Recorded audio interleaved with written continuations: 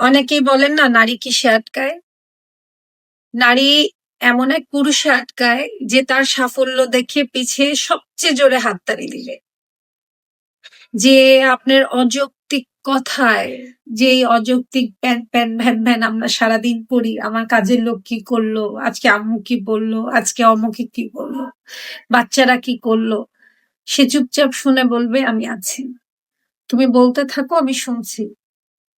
যখন অনেক বিপদ, এখান থেকে আপনার বের হওয়ার কোনো অপশন নেই, তাও সে আপনার পাশে দাঁড়িয়ে বলবে আমি আছি, তুমি চিন্তা করো না, আমি আছি, আমি সামলে নেব। নারী এসবে আটকায়। নারী লয়্যালটিতেও আটকায়, কিন্তু লয়্যালটিটা না, নারী মাঝে মাঝে কম্প্রোমাইজ করে ফেলে। কেন যেন কম্প্রোমাইজ করে ফেলি আমরা, লয়্যালটিতে আটকাই না আমরা। লয়্যালটি আমরা খুবই ডিজায়ার করি, কিন্তু পুরুষ মানুষের লয়্যালটি আসলে একটু কম। কিন্তু নারী আসলে, আমি যেটা ফিল করি, নারী ঠিক তার বাবার মতো একজনকে চায়, ঠিক বাবার মতো কারো কাছে আটকায়। যে একটা মানুষ তাকে বাবার মতো প্রোটেকশন দিবে, নারী সেখানে আটকায়। কারণ বাবার কাছে যে যখন বলা হয় বাবা আমি এই প্রবলেমে পড়েছি, বাবা বলে চিন্তা করো না আমি আছি।